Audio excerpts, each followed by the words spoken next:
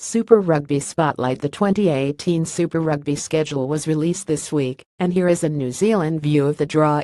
Jamie Wall's the first take is that there is still an awful lot of travel, a very tough assignment for one New Zealand side, and absolutely no possibility whatsoever of people not complaining about the fairness of the competition. After breaking down the 19 rounds of the competition next year, here are the teams that have done well and the ones that haven't. Good draw. The Hurricanes have, according to my sources, got what they were after, which is an early trip to South Africa.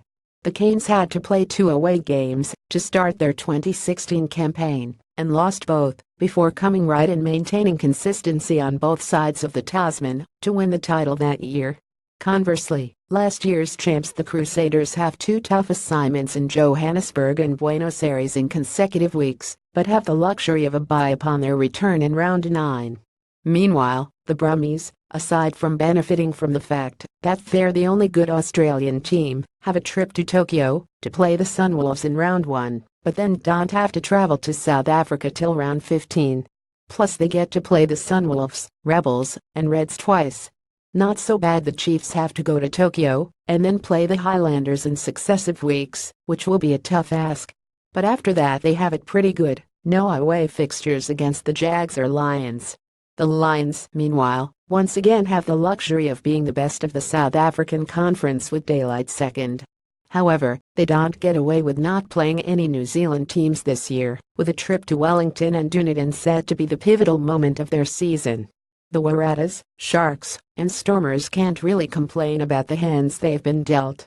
Bad news: the Highlanders don't have quite as big a travel burden on them, but definitely have a tough run of games away from home. The Sharks and Bulls in South Africa will be a big ask at the midpoint of the season, and then they face the Hurricanes, Chiefs, and Crusaders in 3 of the last 4 weeks of the season. The biggest losers of the New Zealand Conference are a team that probably needs a bit of a break, though. The Blues start with 2 local derbies against the Highlanders and Chiefs before having to play the Lions in Johannesburg. As well as that, they then have another trip to Tokyo, scene of their capitulation against the Sunwolves last season. Spare a thought for the Bulls, though.